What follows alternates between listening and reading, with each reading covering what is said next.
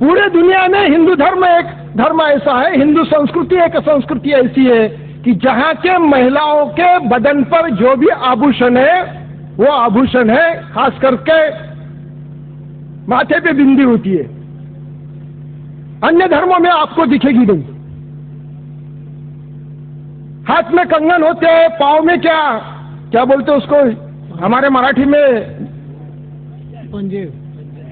हाँ पैजन नहीं, वो खास करके वो जोड़ा वो होता है, नाक में नथ होती है और गले में मंगलसूत्र होता है। आपने कभी सोचा भी नहीं होगा कि ये सारे के सारे आभूषण, सारे के सारे लक्षण गुलामी के हैं। आर्यों ने इस देश के मूल निवासियों को पर आक्रमण करने के बाद मूल निवासी भारतीयों का पराभव हुआ, उनके मर्दों को मारा गया। आक्रमणकारी आर्यों ने अपने साथ महिलाएं नहीं लाई थी और दुनिया का कोई आक्रमणकारी अपनी महिला साथ में नहीं ले जाता, ये मानवीय इतिहास है। तो मूल निवासी भारतीयों को मारने के बाद उनकी पत्नियों को इन्होंने गुलाम बनाया और मारे हुए पति का लाल खून उसके भाल प्रदेश पर लगाया और कहा कि ये ऐसा ही रहने दो ताकि तू मेरी दासी है, गुलाम है, ये मैं पहचान सकूं। और इसीलिए बिंदी का रंग लाल होता है। अब फैशन के कारण किसी भी तरह की बंदी लगा देती है, वो बात अलग है। ये आक्रमणकारी आर्यों का जो वाहन था वो तो घोड़ा था, ऊंट था। ये घोड़ा और ऊंट अपने देश से नहीं है। मूल निवासी भारतीयों का वाहन था वो बैल था, गाय थी, भैंस थी, इस प्रकार के जानवर थे। और आप अगर गौर से देखें तो ये ऊंट को और घोड़े को कब्जे में रखने के लिए क्या किया जाता है, नाक में नथनी डाली जाती है और उसको एक फिर रस्सी बांध के खूंटे को बांध दिया जाता है। पांव में लोहे का कंगन होता है, उसको रस्सी बांध के खूंटे को बांध दिया जाता है। ये घोड़े को और ऊंट को कब्जे में रखने के लिए जिसका वापर किया गया वही वापर इस महिलाओं को कब्जे में रखने के लिए किया गया है। इस ऊंट और घोड़े के नाक की जो नथनी है इसकी बेसर बन गई, नथ बन गई और इनके नाक में डाल दी। पांव में जो लोहे का वो कड़ा होता था उसको मिनी कर दिया और उसके पांव की उंगली में डाल दिया। अब रही बात मंगलसूत्र की, जरा जोर से आवाज देना, मेरा सवाल बहुत इजी है। मंगल का अर्थ क्या होता है? मंगल का अर्थ शुभ्र होता है, धवल होता है, सफेद, व्हाइट, पवित्र होता है। पवित्र का रंग अगर सफेद होता है, मंगल का रंग अगर सफेद होता है तो फिर मंगल सूत्र इसका रंग काला कैसे हुआ? जरा सोचिए। हम विचार परिवर्तन की बात करें, धर्म परिवर्तन का मतलब विचार परिवर्तन होता है। अगर विचार परिवर्तन होता है तो इस बात पर गौर कीजिए कि काला रंग निषेध का रंग है और पवित्रता का रंग है सफेद। तो फिर ये मंगलसूत्र काला कैसे हुआ?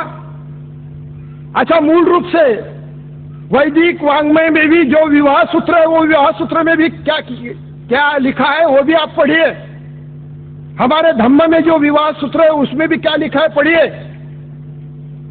आग के इर्द गिर्द वो पति पत्नी, होने वाले पति पत्नी अपने अंगूठे को सफेद धागा बांधते थे और उसमें भी महिला आगे होती थी, पुरुष पीछे होता था। यानी नवरी आगे होती, दुल्हन आगे होती थी और दुल्हा पीछे होता था। उनके अंगूठे को एक सफेद धागा बांधा जाता था और फिर वो आग के घूमने के बाद, प्रतिज्ञा लेने के बाद, वो जो सफेद धागा है वो दोनों के गले में डाल दिया जाता था और वो सफेद जो धागा था वो मरे तक के दोनों को अपने गले में रखना पड़ता था, इसलिए कि ये विवाहित है, ये पहचाना जाए। फिर ये काला कैसे हुआ? काला कैसे हुआ? ये तो आक्रमणकारी थे। ये आक्रमणकारियों ने इनके गले में जो काला मंगलसूत्र बांधा वो क्या है? तो ये घोड़ा और ऊंट था। उनके गले में जो रस्सियां डाली जाती थी वो ऊल से बनती थी, लोकर वो ऊल से बनती थी और उसका रंग काली मेंढिया जो होती है, काली मेंढियों से जो रस्सी बनती है, उधर नारियल की रस्सी नहीं बनती जहां से ये कॉकेशियन पर्वत से आए हुए लोग हैं, वो काले रंग की वो रस्सी मंगलसूत्र के नाम पर ये गुलाम दासी जिसको बनाया उसके गले में डाल दिया और कालांतर में उसका ही मंगलसूत्र बन गया। मैंने मेरे जीवन साथी को कोर्ट मैरिज करने के बाद बताया, वो तो बड़ी सज धज के आई थी मायके से। तो मैंने कहा ठीक है, एक दिन तो ठीक है, आप आ गई है और ये जो दिख रहा है इसका इतिहास मैं आपको बता देता हूं, अगर समझ में आता है तो क्या करना क्या नहीं करना सोचना। और उसको मैंने गुलामी का पूरा इतिहास जैसे बता दिया, उसी वक्त उसने निकाल के फेंक दिया कि नहीं रे बाबा, एक आजाद मानसिकता के, एक आजाद विचार के, पूरी तरह से जो स्वतंत्रता का कड़वा समर्थक है, उसके साथ अगर मुझे संसार करना है तो उसकी मैं जीवन साथी हूं, उसकी मैं मित्र हूं, उसकी मैं पत्नी नहीं हूं। पत्नी का मतलब क्या होता है, पति का मतलब क्या होता है, कभी सोचा आपने? पत्नी का मतलब होता है पत्नी, पुरुषों का पतन करने वाली। और पति का मतलब क्या होता है? महिलाओं की पत बढ़ाने वाला। शब्दों का निर्माण भी कैसे होता है देखिए आप। इसीलिए मैं कभी ये मेरी पत्नी है, धर्म पत्नी है, ऐसा उल्लेख कभी नहीं करता। कोई भी बताए, प्रदीप जी से पूछिए, हम तो रात दिन साथ में रहते हैं नागपुर शहर के अंदर, कोई नहीं बोलेगा। मैं जीवन साथी कहता हूं, मैं मेरी मित्र कहता हूं। और 27 साल हो गए उसी प्रकार से व्यवहार कर रहे हैं, किसी भी प्रकार का गुलामी का आभूषण उसके बदन पे नहीं। यह धम्म संस्कृति है, यह धम्म संस्कृति है। धम्म संस्कृति ने कहा कि सेल्फ आइडेंटिफिकेशन, हिंदुत्व नाम का जो आइडेंटिफिकेशन गए हजारों साल से हमारे इर्द गिर्द घूम रहा था, हमारे बदन पे था, हमारे चेहरे पर था, हमारे कृतियों पर था, हमारे भाषा पर था, हमारे व्यवहार पर था, हमारे सोच पर था। ये जो ब्राह्मणवादी आइडेंटिफिकेशन था, ये हिंदुत्ववादी जो आइडेंटिफिकेशन था, बाबा साहब को लगता था अगर इनको मैं धम्म की दीक्षा देता हूं और धम्म का ज्ञान अगर ये लेते हैं तो ये हिंदुत्ववादी जो आइडेंटिफिकेशन इसका त्याग करेंगे, ब्राह्मणवादी आइडेंटिफिकेशन जो इसका त्याग करेंगे, धम्म के संस्कृति का स्वीकार करेंगे और अपना जो आइडेंटिफिकेशन इस देश के अंदर अपने इनका आइडेंटिफिकेशन होगा, वो धम्म का आइडेंटिफिकेशन होगा, धम्म की पहचान। मैं आपसे बड़ी नम्रता से पूछता हूं कि जिन्होंने धम्म का स्वीकार किया है, क्या आइडेंटिफिकेशन है उनका? मुसलमानों का आइडेंटिफिकेशन होता है, क्रिश्चियनों का आइडेंटिफिकेशन होता है, सिखों का आइडेंटिफिकेशन होता है, जैनों का आइडेंटिफिकेशन होता है। तो हमने अगर धम्म का स्वीकार किया तो हमारा भी धम्म हमारा आइडेंटिफिकेशन होना चाहिए। मगर 60 साल हो गए, 50 साल हो गए, हम अपना आइडेंटिफिकेशन नहीं बना सके। क्यों नहीं बना सके? इसलिए कि हम धम्म का स्वीकार तो किए मगर धम्म संस्कृति का स्वीकार नहीं कर सके। यहां तक के संस्कृति का एक उदाहरण मैंने आपको दिया है, ज्यादा मैं दे नहीं सकता कि इसलिए डोगरा जी इधर बैठे। सभ्यता की मैं बात करता हूं, सभ्यता की जब बात करता हूं, उस पर सोचता हूं तो मुझे बहुत अच्छा लगता है, बहुत अच्छा लगता है। मैं राष्ट्रीय स्वयं संघ के कॉलेज में लेक्चरर हूं। मैं राष्ट्रीय स्वयं संघ ने चलाए हुए एक कॉलेज में लेक्चरर हूं मराठी का। 89 को मैं वहां लगा। मेरे कॉलेज में सबसे ज्यादा जो मेरे सहकारी है वो ब्राह्मण समाज से है, मगर सामने जब आते हैं तो उनको मैं कहता हूं जय भीम, तो उनको पसंद आए वो बोलते हैं जय भीम। और जब मैं आगे जाता हूं तो जानबूझकर पीछे देखता है तो वो देखते रहता है ऐसा, क्योंकि उसको मालूम है कि ये जानबूझकर, दैट्स माय आइडेंटिटी, जय भीम इज माय आइडेंटिफिकेशन। धम्म शब्द सभ्यता का आइडेंटिफिकेशन अगर कोई है तो जय भीम है। तो जय भीम अगर धम्म सभ्यता का आइडेंटिफिकेशन है तो हमारे इटिकेट्स एंड मैनर्स की जब बात सभ्यता में आती है तो वो भी धम्म के अनुसार होनी चाहिए। जब भी मैं मेरे किसी तो भी मित्र के साथ बात कर रहा था, धम्म का स्वीकार करते हैं, बाबा साहब आम्बेडकर का जय जयकार करते हैं, मगर अपने बच्चे को अगर स्कूल में भेजने की जब भी बात आती है तो डॉक्टर बाबा साहब आम्बेडकर कॉन्वेंट या बाबा साहब आम्बेडकर विद्यालय या बाबा साहब आम्बेडकर महाविद्यालय में नहीं भेजते। उनको फिर आरएसएस ने चलाया हुआ कॉन्वेंट लगता है या किसी मिशनरी ने चलाया हुआ कॉन्वेंट और स्कूल लगता है। मैं मेरे कई सारे साथियों को पूछते रहता हूं कि आपका बच्चा कहां पढ़ता है? नाम तो बाबा साहब का लेते हो, नाम तो धम्म का लेते हो, बच्चा कहां पढ़ता है? तो आरएसएस के कॉलेज में, आरएसएस के स्कूल में, आरएसएस के कॉन्वेंट में, जहां सरस्वती पूजन होता है, सावित्रीबाई फुले का पूजन नहीं होता। इसलिए कि वो सभ्यता को भी हमने स्वीकार नहीं किया।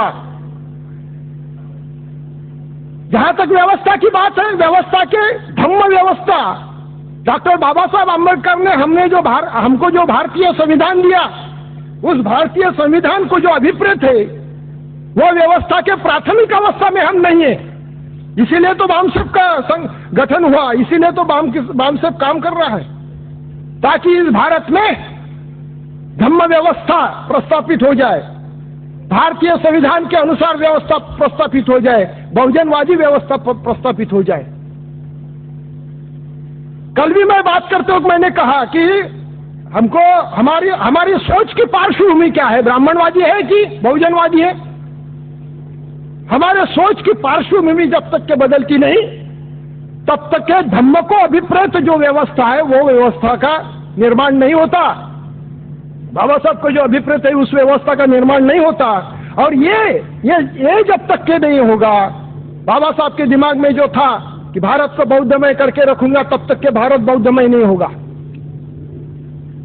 जिसने धम्म का स्वीकार किया है, जिसने बाबा साहब को स्वीकार किया है, वो जैसे विचार करेगा वैसा उसका आचार भी होना चाहिए। उसने ये ध्यान में रखना चाहिए कि मनोव्यापार के बिना देह व्यापार नहीं है, विचार परिवर्तन के बिना कोई परिवर्तन नहीं हो सकता।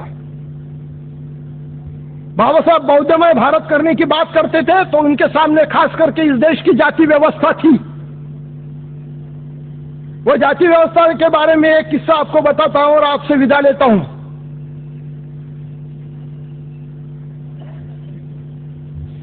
धूप काल के दिन थे, दोपहर का समय था। मैं मेरे एक दोस्त के तरफ गया, जैसे भी अंदर गया, घर में 6 लोग बैठे थे एक हॉल में। माता जी थी, पिता थे उनके, 2 बहनें थी, एक भाई था और एक कोई शख्स था। सारे के सारे गंभीर। मैंने 2 बार जय भीम किया तो भी कोई मेरे से बात नहीं कर रहा। तो मैं मेरे दोस्त के पास जाके बैठा और उसको कहा, यार आई एम वेरी सॉरी, शायद बहुत बुरा हुआ है। तो उसने भी कहा बहुत बुरा हुआ है। तो लगा इसके घर का कोई मर गया है। थोड़ी देर में ऐसे ही बैठे रहा और फिर पूछा कि लाश को नहीं लाया? तो उसने मुझे कहा किसकी लाश? तो मैंने बोला साले इतना बुरा हो गया, दुख की बात है, और फिर से मेरे को मेडिकल में हुआ क्या कुछ? क्योंकि घर में लाश तो दिख नहीं रही थी। नहीं, बोले कोई मरा नहीं है। तो फिर ये गंभीर चेहरे से क्यों बैठे हो? नहीं, बोले बहुत बुरा हुआ। अरे यार, मैंने बोला सुन, बता तो क्या बुरा हुआ? नहीं, बोले दीदी की शादी टूट गई। हो सकता है कहीं फैमिली में अगर लड़की की शादी टूट जाती है तो मृत्यु के बराबर का दृश्य होता है। तो मैंने बोला कि बेमतलब मैंने सॉरी कह दिया। मैंने बोला क्यों टूट गई? जो लड़का था उसने कोई दहेज वगैरह मांगा? नहीं, बोले हमारी इसमें दहेज नहीं है। बहुत अच्छा लगा। तो मैंने दहेज नहीं है तो वो लड़के का कोई लफड़ा वफड़ा था क्या? जो ध्यान में आ गया बाद में, नहीं पहले वो भी नहीं है। अरे वो ये दहेज नहीं है, लड़के का लफड़ा नहीं है। तो फिर मैंने बोला दीदी का कोई लफड़ा था क्या? यार बोले तू कुछ भी बात करता है। मैंने बोला यार सच बताना, आप क्या था? अरे यार क्या करना, बोले हम बावने बौद्ध है बोले, और वो लाडोने बौद्ध है बोले, और लाडोने को बोले वो बावने की लड़की चलती नहीं। तो मैंने उसको कहा कि यार तुम तो बुद्धिस्ट हो, बौद्ध धम्म का स्वीकार आपने किया? हाँ ना, बोले। तो मैंने बोला बौद्ध धम्म का स्वीकार करने के बाद जाति तो छोड़ो, उपजाति अगर नहीं छोड़ सकते कि काहे को धम्म स्वीकार किया आपने? इसके पहले भी मैंने बात करते वक्त ये कहा कि मैं कुणबी मराठा पाटिल था, अब नहीं हूं।